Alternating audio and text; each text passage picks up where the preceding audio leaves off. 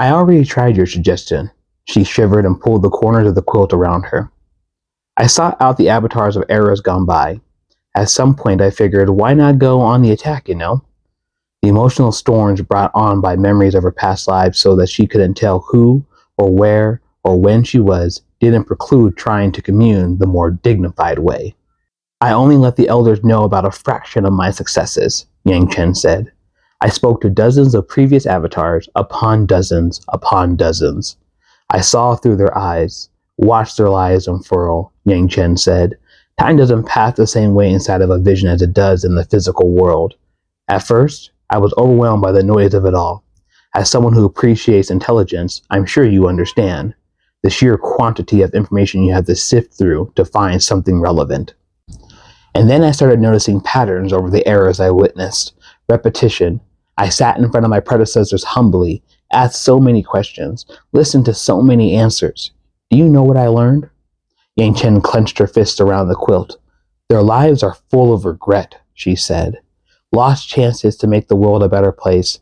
To me, that's what sticks out sharpest in their memories, their regrets over the times they did nothing. I have felt the shame of avatars gone by, lived through failures not recorded in history, and I can tell you with absolute certainty, not a single one of my past selves that I connected with wishes they waited longer to solve a problem.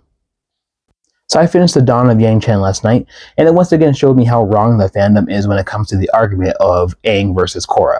If you know anything about Yangchen, she is known as the most powerful, most wise, the greatest avatar in recent avatar history based on the avatars that we have been exposed to. She's the last era avatar before Aang. It gets to the point that Yangchen is so loved that she's prayed to as if she was a god. And we start seeing that kind of here at the ending of this book. And don't get me wrong, Yangchen is incredibly powerful. And that comes from the fact that she has such a strong connection to her past lives.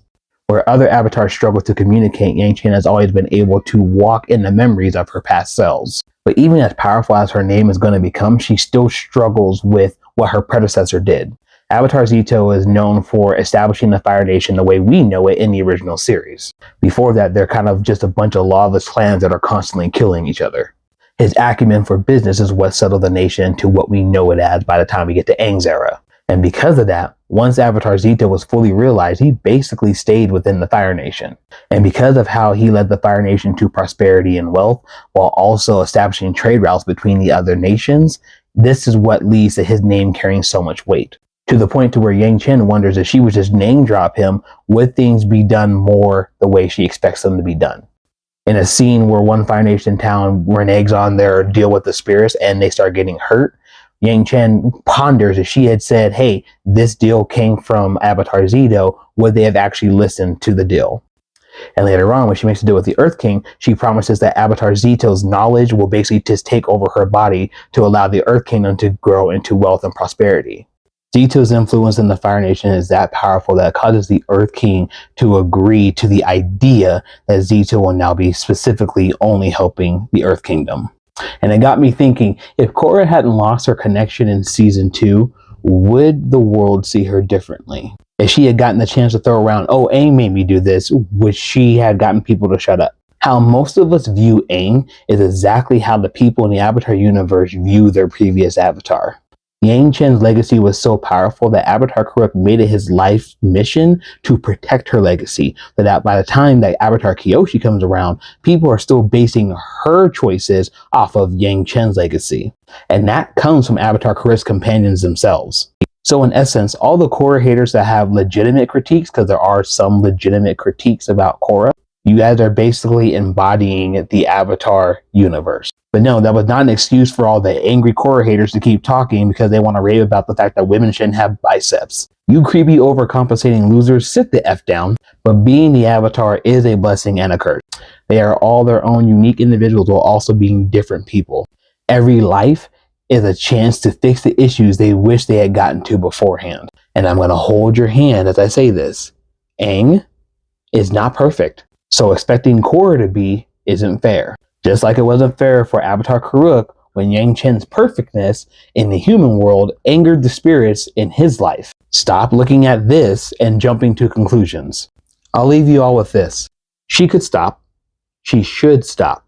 She still be the Avatar, the figurehead, the object of veneration you turn to well after desperation has lashed hooks into your flesh. That was what people asked for first and valued most. The problem addressed, not prevented. The solve, not the cure. Yangchen could pretend all she wanted, but it was no use. She would remain the instrument of her own suffering. She'd keep fighting, keep struggling, just like she commanded the unconscious woman to do in the hospital. It was her fate to make the same choice over and over again, as generations of avatars had done before her. To know the past was to know the future. That's all I have for you today. I am upcoming author. Thank you for getting caught up on my favorite media with me. If you read The Dawn of Yangchen, let me know in the comments. But other than that, God saying the same.